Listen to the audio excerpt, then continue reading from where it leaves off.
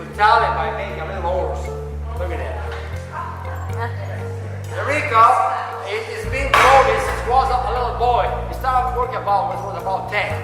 I mean, the morning he go to school, because in Italy you have to go to school till you're 17, but in the afternoon he was working with his father. His father was his first teacher. His father is a master. He's working, he's over 70. Grandfather used to be 7th-generation glass master in the family.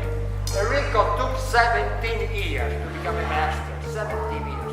And only one glass blower out of 10 became a master. Only the 10 one. Enrico specialized in the sculpture. And now he's going to show his beautiful talent by making a little horse, racing horse, symbol of the famous Ferrari. You know that Ferrari car?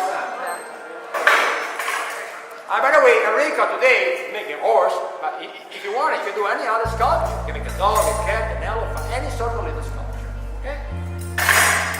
Now the last part, right? By cutting off the tip. Look at it. I know it looks so easy, but it's not. No. I want to remind you also, every time you make a piece of glass by hand is unique and original. Right? That's why you can say this is one of the kind. Look at it. How do you like that?